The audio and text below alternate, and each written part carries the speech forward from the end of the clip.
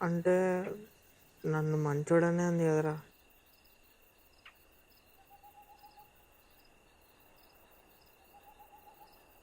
అంతేరా, బాగున్నాడు అని చెప్పినా ఏం లేదు, వాళ్ళ ఫ్రెండ్ ముందు నన్ను కొట్టినా ఏం లేదు.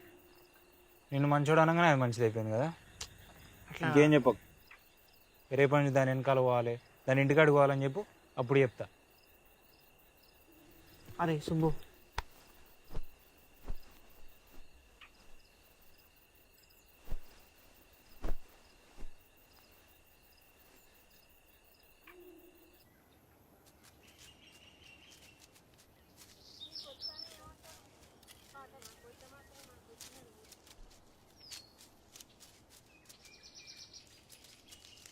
ఏందాక ఇయ్యాలక వచ్చేది?